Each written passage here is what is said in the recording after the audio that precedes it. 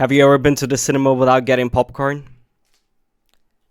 Hello and welcome to Cooper's Cinevoid.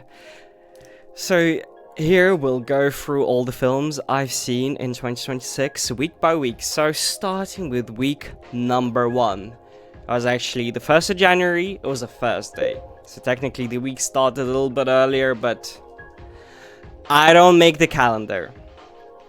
So the first one of the year for me was The Irony of Fate or Enjoy Your Bath. Actually a Soviet/Russian tradition to watch that around New Year's time, and I thought I might as well give it a go, because I've heard many things about it, but I've never actually seen it before. So the synopsis is, for those who are interested, so a man gets drunk with his friends, which is a tradition that they have, and ends up in another city. And you know, he takes a taxi back to his home in another city. And the funny thing is, there's the same exact building, same exact street, and everything looks identical. Even his key opens the door. So he falls asleep and to be woken up by a woman who actually lives in that apartment. And then chaos ensues, and her fiance also finds them there, and there's some drama there. It's a fun little romantic comedy. I think it's a interesting film. First of all, it's like 3 hours long, which is not a problem. In Soviet time, this was known as a TV film, which are films which were split in half. You could call it a limited event series. Well, it's just a limited event series. It's not actually a movie, you know? It's not actually a TV show. Anyway, that's how they get you, and then they do a season 2, huh? That's why I don't watch TV shows, neither should you. Anyway, you could say it's something of a lovingly pokes at the Soviet architecture, specifically the brutalism and the very boring mundanity of it, and the way of life where essentially the people that live within that architecture, that environment, are in some ways get influenced by it, and they look for ways to make it more fun. So it does that, critique it in a sense, but lovingly so. I think it is very Russian in that sense. I think it's a nice rom-com with a very unique premise. Doesn't feel too saccharine, doesn't feel too overdone. It's not something that American could never do a movie like this, you know what I mean? Next up, Friday, 2nd of January, The Worst Person in the World. We're sure as shit not the worst film in the world, which is good to see. And of course, it's the Palme d'Or winner for Joachim Trier. I don't remember the specific year. I think it was like 2-3 years ago. I don't quite think it deserves that Palme d'Or. Not to say it's a bad film. Actually, I don't even remember what else was in competition that year. Well, I know that Park Chan-wook hasn't won anything meaningful. Well, actually, he did win Best Director for A Decision to Leave, which it deserved. It deserved a lot more than that, but I am biased. So the synopsis for this, for those who are unaware, so the film follows Julie and her love life and career struggles while providing something of a character study of who she is and how she interacts with other people. That, of course, there's a lot more that happens there, but then I would just be retelling you the whole film. And I have to say this, I watched a few other films from the Oslo trilogy just the previous week to this, so this being Reprise in Oslo August 31st, which is part of the Oslo trilogy, all of them being done in Norway, I would assume, but by that naming. And yeah, it is very enjoyable. Like all 3 of those films, I think what I really like about how Joachim Trier provides multi-dimensionality to his characters and writes the character arcs. In a sense, what is really good is that they are flawed human beings, and the film acknowledges that and shows their flaws, sometimes at length, but in a gentle way. It doesn't feel like a critique, it doesn't feel like a condemnation of them, but more just their characterization, and in a sense how that shapes them, and how they, in some cases, overcome it or be consumed by it, but not in a way that is...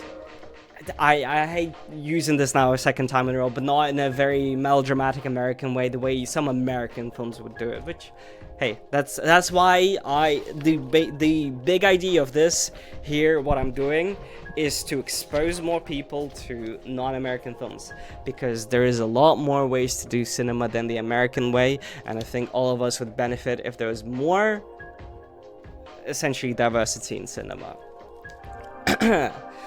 Next up on Saturday, we had Dragon Lord, which is a Jackie Chan film, and it's, for those who know, they know, it's the usual Jackie Chan structure. You have your fights mixed with some comedy. So synopsis, I'm not gonna go into too much detail here because nobody really goes to a Jackie Chan film for what the story offers. But you would like the premise to provide good action ideas and comedy as well. And look, when it comes to a Jackie Chan film, it's just like a pizza. Even when it's bad, it's good. And in this case, you have your usual Jackie Chan antics where he goes off and gets dragged into some story. So in this case, there are some smugglers trying to sell some Chinese national treasures, and yeah, Jackie Chan and his buddies end up involved, and there is some fighting involved. Can you believe it? Fighting in your Jackie Chan films? It's more likely than you think. And not particularly anything outstanding here. I think when it comes to a Jackie Chan film, you either have really good comedy or really good fights. If you want it to be a really good one, you have your standouts where both of these are great. For example, Wheels on Meals, I think, is a particularly good one. That's one of my favorites, and Dragons Forever I like a lot. So yeah, those are some of the good ones, and Dragon Lord isn't one of them, but it has its moments. Any Jackie Chan film still has its moments. At the end of the day, there's only like a few ones where I'm like, okay, you really like missed the mark here. And the last one for the first week of 2026 was Carnival Night. Here we go, another Soviet film here. This one is from 1956. Fun fact, it was directed by the same guy who did The Irony of Fate. And the irony of fate is that I didn't actually plan it this way, it just ended up happening this way. And yeah, here we got the synopsis for this one. We have a group of uni students trying to organize a New Year show, so that's also why I decided to watch it, because it was around New Year's time. I thought, might as well. It's still in the holiday spirit a little bit there.